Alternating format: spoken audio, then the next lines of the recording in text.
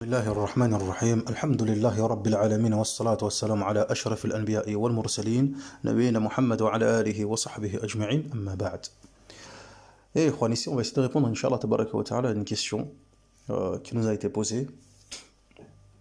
Et bien nombre de nos frères et de nos sœurs se posent la question concernant cette ibada al-azima, cette ibada qui est azim, qui est parmi les ibadat les plus aimées d'Allah tabaraka wa ta'ala.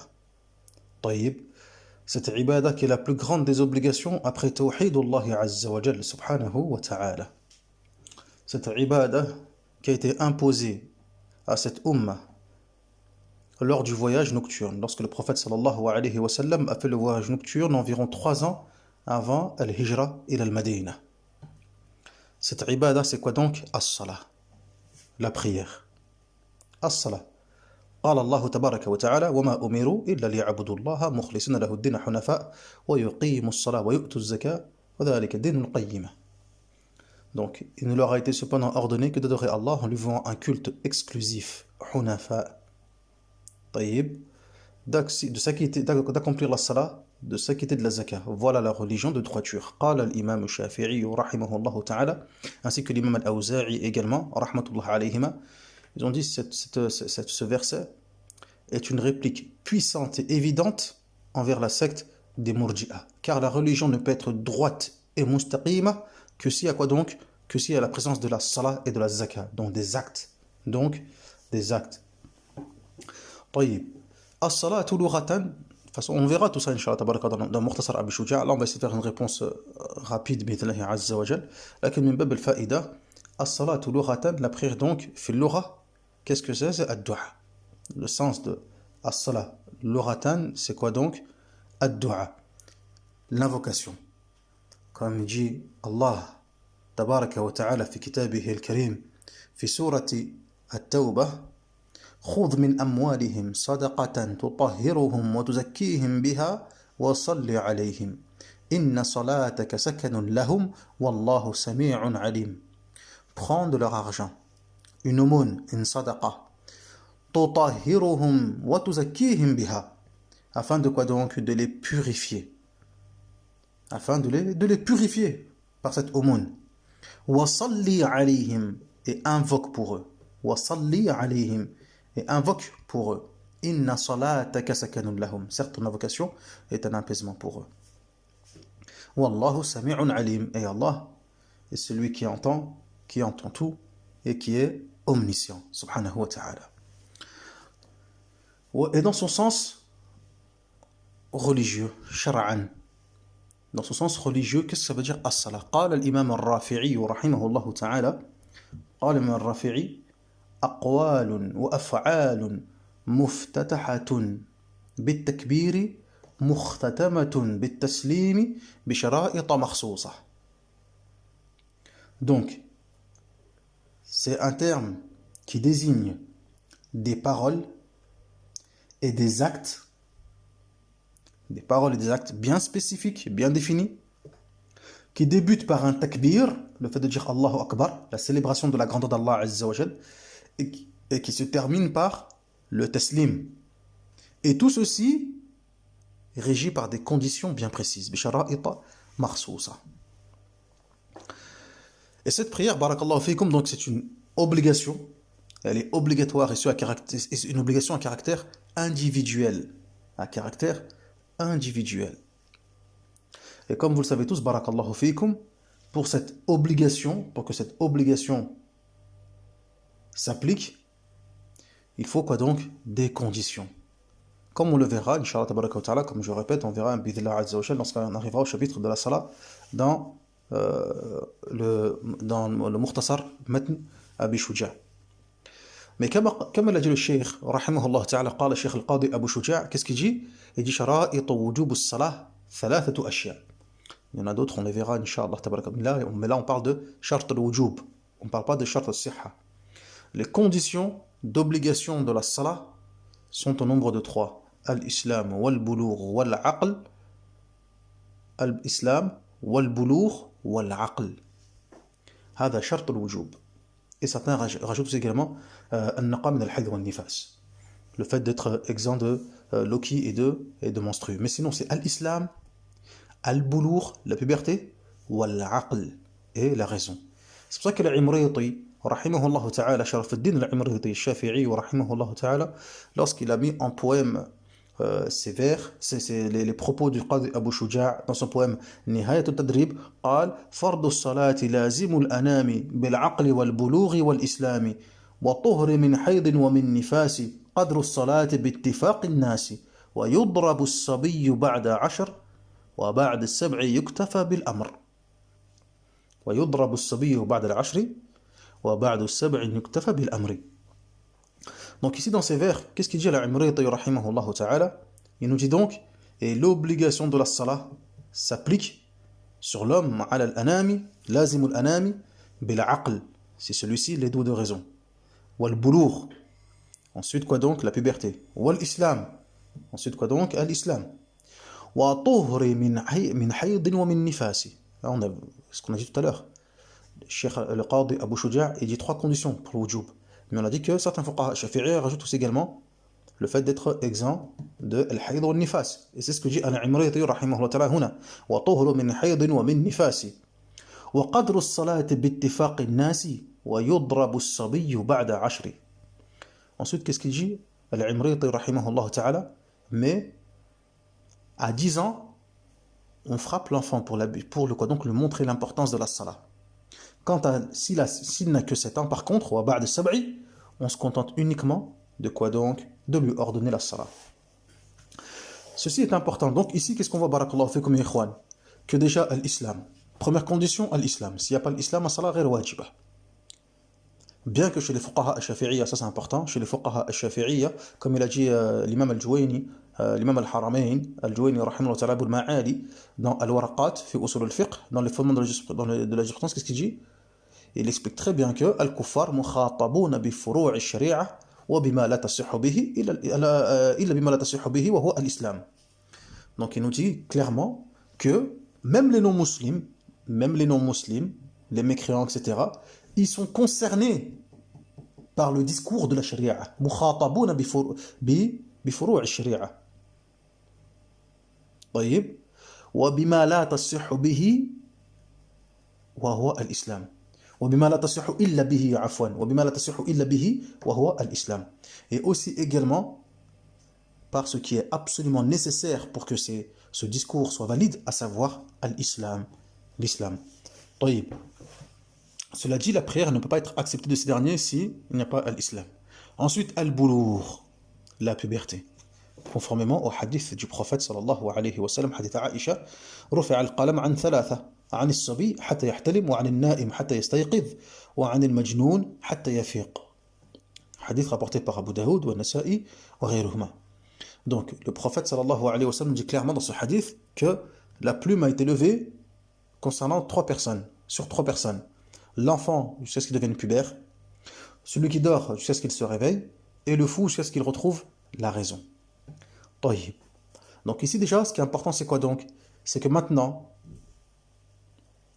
concernant la salah, barakallahu fikum, une question ici va se poser, et qui est adhima jiddan, c'est cette prière que, concernant les prières, barakallahu fikum, maintenant je sais que c'est obligatoire et tout, etc., mais il s'avère que j'ai des prières que je n'ai pas faites.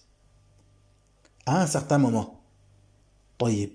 À quel moment, barakallahu fikum, je dois prendre en considération ces oublis? Et donc à partir de quel moment je dois récupérer ces prières en question? طيب. Donc ici, le fait de voir mentionner la condition d'obligation, c'est important. Car maintenant, je me rends compte que c'est à ce moment-là que je dois commencer à prendre en considération les prières que j'ai pu éventuellement oublier ou ne pas avoir accomplies. طيب. Donc je ne prends pas en considération ce qu'on a mentionné tout à l'heure dans le vers de poésie, le fait de quoi donc? De ordonner l'enfant à 7 ans de prier, ou bien de le frapper également à 10 ans pour lui montrer l'importance de la prière, comme dans le hadith du prophète sallallahu alayhi wa sallam, lorsqu'il dit « Murruhum bis salati wa hum abna'u sab' wa adribuhum alayha wa hum abna'u 'ashr » طيب, hadith rapporté par Abu Daoud Tirmidhi wa ghayruhuma bi isnadin hasanun sahih. Donc dans ce hadith, le prophète sallallahu alayhi wa sallam, qu'est-ce qu'il dit? Ordonnez à vos enfants la prière à l'âge de 7 ans. Ensuite, frappez-les à 10 ans. Les fuqaha, qu'est-ce qu'ils disent? Ils disent cet âge-là, là, 7 ans, 10 ans, etc. Ce qu'on appelle l'âge avant al-boulour, avant la puberté, on appelle ça sin al-tamyiz. On appelle ça sin al-tamyiz. L'âge, barakallahu fikum, de quoi donc?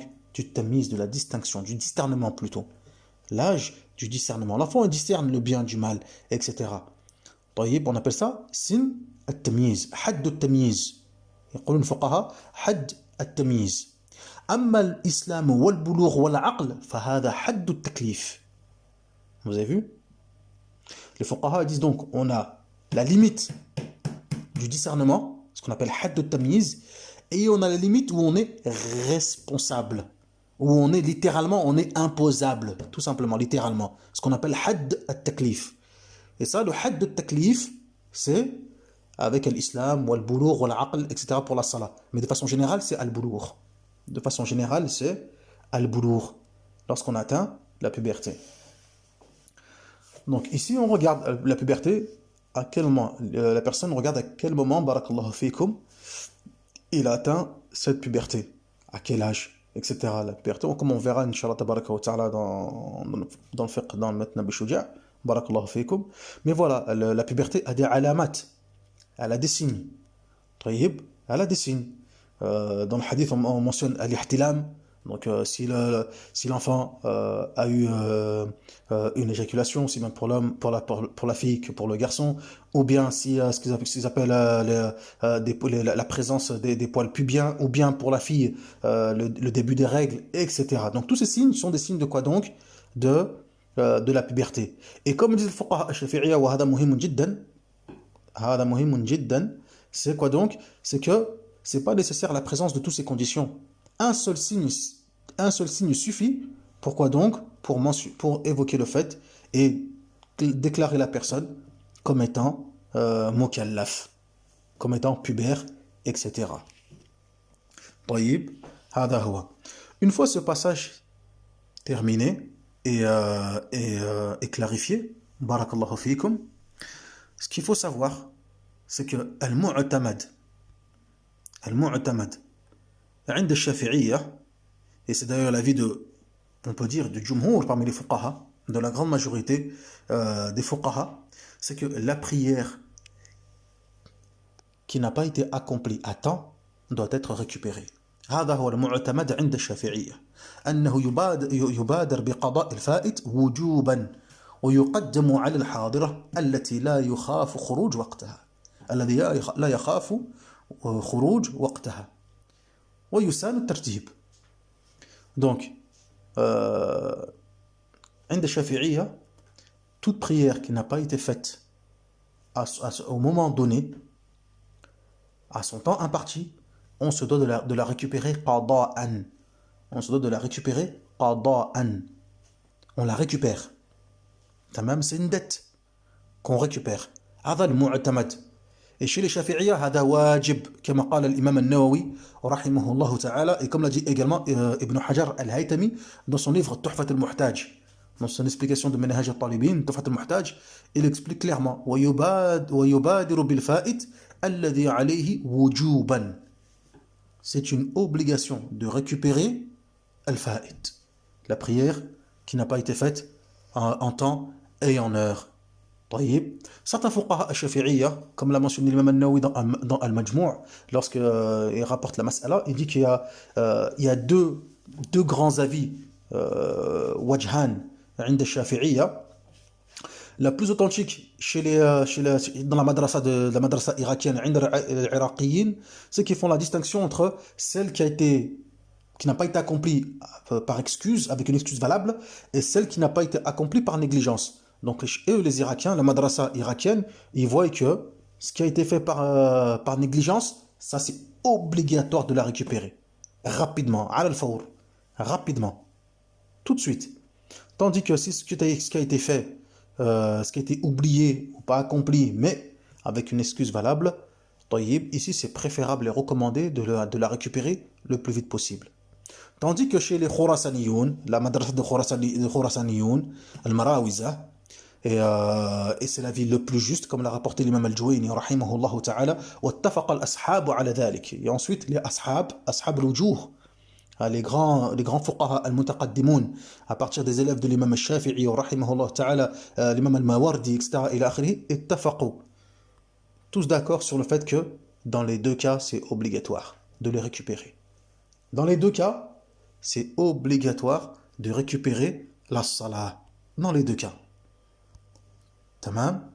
Et certains disent non, c'est pas obligatoire, etc. Inna salatu kanat al-mu'minina kitaban mawquta. Certes, la prière, elle a été prescrite aux croyants à un temps déterminé, etc. ولكن كما قال الحافظ ابن حجر رحمه الله تعالى, comme il a dit الحافظ ابن حجر dans فتح الباري, قال إن وجوب القضاء على العامد بالخطاب الأول لأنه قد خوطب بالصلاة وترتبت في ذمته فصارت دينا عليه, والدين لا يسقط إلا بأدائه فيأثم بإخراجه لها عن الوقت المحدد لها ويسقط عنه الطلب بأدائها, فمن أفطر في رمضان عامدا فإنه يجب عليه أن يقضيه مع بقاء إثم الإفطار عليه. Qu'est-ce qu'il dit donc Al-Hafid ibn Hajar rahimahullah ta'ala dans son explication de Sahih al-Bukhari? Il dit que ici l'obligation de récupérer la salat sur celui qui a délaissé la prière volontairement, barakallahu fikum, est une obligation qui est claire, étant donné que celui-ci, on lui a ordonné de faire la salat. Par conséquent, c'est une dette, barakallahu fikum, qui reste présente sur lui. Et cette dette ne peut être effacée qu'une fois qu'il se sera acquitté de ce qui leur a été demandé. De ce qui lui a été demandé. Tamam. Donc, il commet un péché pour avoir accompli cette prière en dehors de son temps imparti, mais il ne se sera acquitté de sa dette qu'une fois qu'il aura accompli cette salat.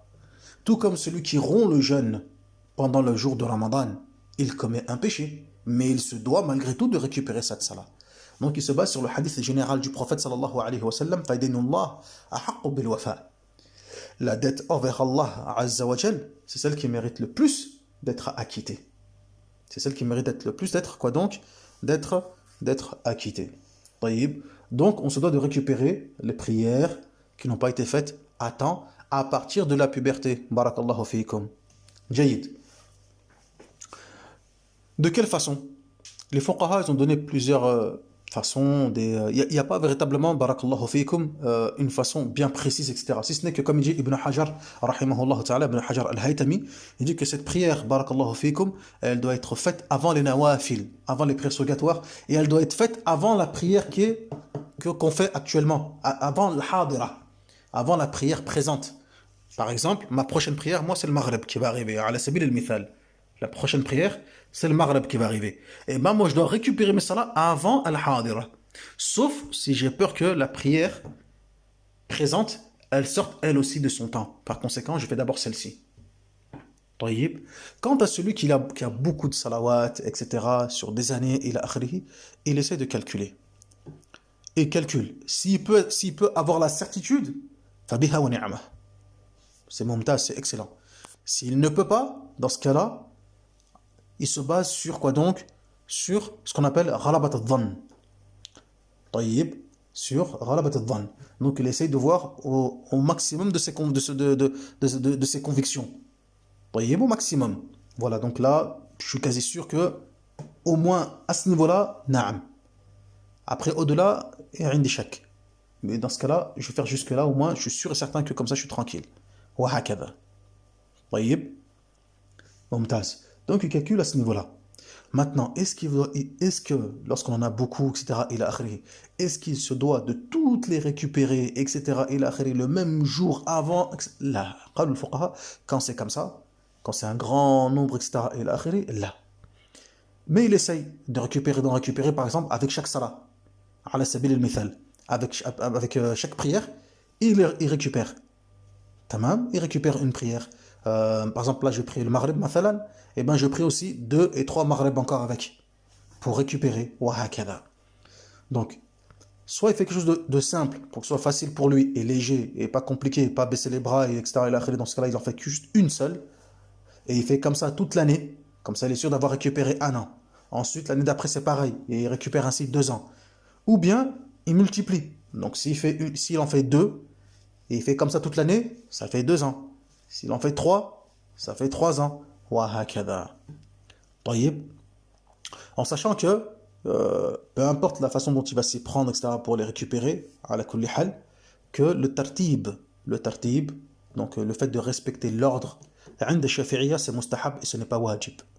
عند الشافعية في المذهب, ça c'est mustahab et ce n'est pas wajib, comme l'a mentionné Al-Khatib Al-Shirbini rahimahullah ta'ala dans Mughni Al-Muhtaj. L'ordre c'est mustahab. Et l'ordre, il vient ici, il est recommandé pour respecter le temps imparti des prières afin que celles-ci ne soient pas faites en dehors de leur temps. هكذا يقولون الفقهاء. Voilà ce que disent les fuqaha في هذا الباب. طيب. Donc voilà, grosso modo, bon, on a été un petit peu long, mais en espérant que cela soit profitable à tous et clair pour tous, Inch'Allah, tabaraka wa ta'ala. Voilà donc, grosso modo, le statut donc, de la salat, de la prière, qui est obligatoire.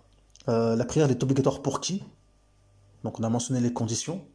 Les prières qui n'ont pas été faites en temps et en heure, est-ce qu'on doit les récupérer? On a mentionné le statut et l'avis du madhab sur la question. Comment les récupérer? On a détaillé cela, il y en a mentionné cela aussi également à travers cette petite jalsa. Walhamdulillahi Rabbil Alamin. Wa sallallahu ala nabina Muhammad wa ala alihi wa sahbihi ajma'in. Subhanaka Allahumma wa bihamdik. Ashhadu an la ilaha illa ant. Astaghfiruka wa أستغفرك وأتوب إليك ونسأل الله الكريم رب العرش العظيم أن يرزقنا وإياكم العلم النافع والعمل الصالح والدعوة إليه والصبر على الأذى فيه والحمد لله رب العالمين.